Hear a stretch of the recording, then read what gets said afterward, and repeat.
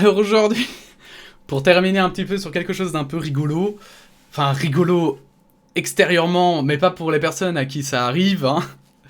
Je voulais vous raconter une histoire qu'on m'avait racontée en stream, en l'occurrence Daimon XJ, qui est lui-même aussi streamer d'ailleurs.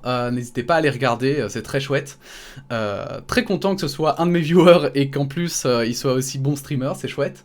N'hésitez pas donc à aller voir, mais il m'avait raconté en stream, enfin moi je streamais, lui il m'avait raconté par écrit, qu'un jour il s'était fait voler un colis. Et alors il avait une histoire un peu cocasse, et il y a AlphaCast visiblement qui a eu la même blague, et je voulais qu'on en parle un petit peu, parce que je voudrais aussi, pourquoi pas, que vous me racontiez vos histoires sur les livreurs.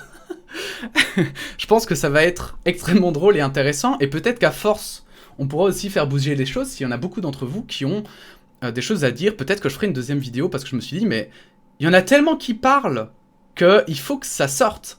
Il faut qu'on les mette face aux faits, ces entreprises, et apparemment en France c'est vraiment un drame. Donc moi en Belgique j'ai pas connaissance d'ailleurs de ce genre de magouille. Bref, rentrons dans le vif du sujet, d'accord? Vous me direz après. Je viendrai après dans les commentaires, vous me direz.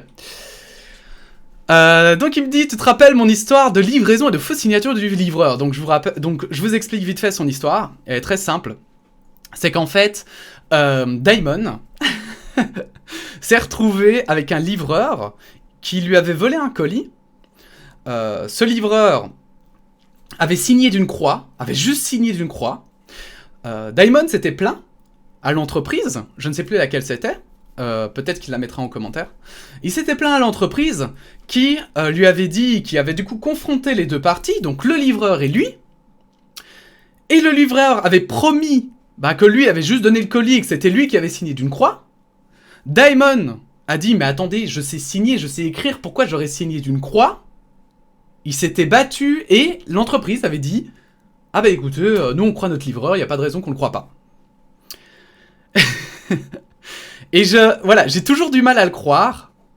J'ai toujours du mal à le croire. Si Daimon, tu peux confirmer mes dires évidemment en commentaire pour que les gens sachent que tu ne mens pas.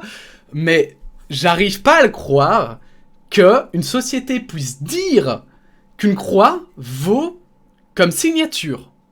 Alors que le mec clairement sait écrire. Parce que le mec ne saurait pas écrire. Voilà, je ne sais pas. La personne vient et elle dit, bah non, c'est vrai que je sais pas écrire. D'habitude, je signe d'une croix. Bon, ok. Mais de quelqu'un qui sait écrire.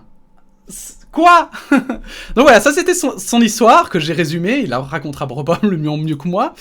Et puis ensuite, on a AlphaCast qui apparemment a eu la même chose.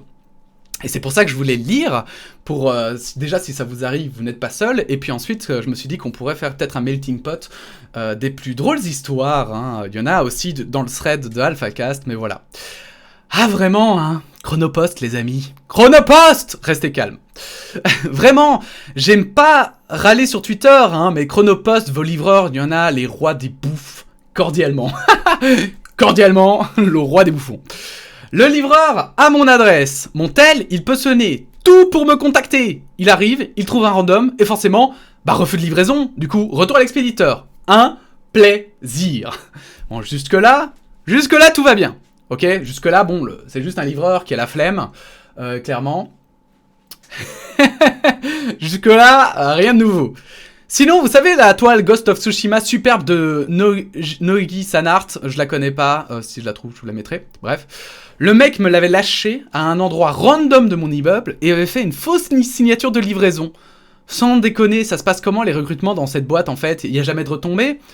On parle d'un colis ultra précieux en plus là, le type drop sa YOLO et se dit que je vais bien trouver. Et fait que la signature de livraison, au secours. Alors je suppose que c'est rien trouvé.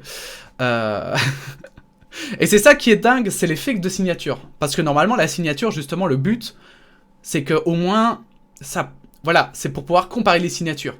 Et s'il y a un doute, il me semble en Belgique en tout cas, parce que moi c'est déjà arrivé, s'il y a un doute, alors la personne se doit... En fait, le client peut se retourner contre la société, et si effectivement on voit très obviously que les signatures ne correspondent pas, la société en général elle s'excuse et elle dit écoutez, soit on va retrouver votre colis, soit on va vous rembourser votre commande ou quoi.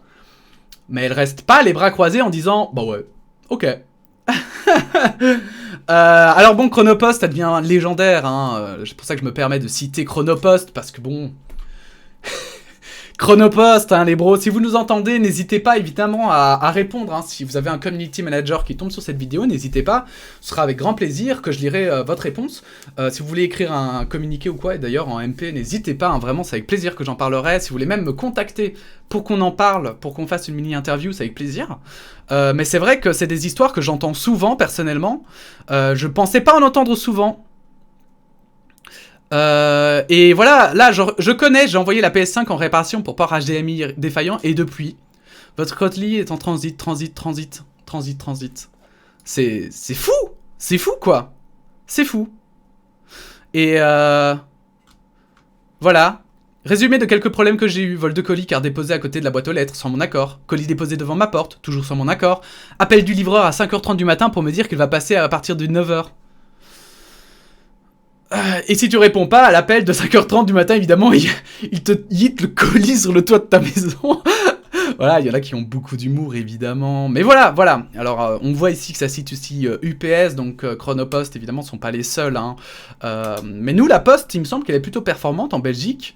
C'est Bipost. N'hésitez pas à dire en commentaire. Voilà, c'était une mini-vidéo, mais juste parce que j'ai trouvé ça assez marrant et que c'était un phénomène que je connaissais pas. Je pensais que c'était un peu une légende dans ma tête, que c'était un peu du fake, quoi. Parce qu'en Belgique, moi, j'ai jamais eu de problème avec mes colis. Ils ont toujours été livrés à temps et en heure. Même souvent plus tôt que prévu et tout, donc j'avoue que je suis un peu sur le cul. Bah voilà, n'hésitez pas à donner votre impression en commentaire, évidemment, et puis je les lirai avec plaisir, hein. Et notamment dimanche, je suis sûr qu'on aura des perles. Voilà, on se dit à bientôt pour une autre vidéo d'actu, hein. D'ici là, portez-vous bien, et à bientôt. La bisette. Ah merde, j'ai raté le bouton REC, merde, je suis un boomer.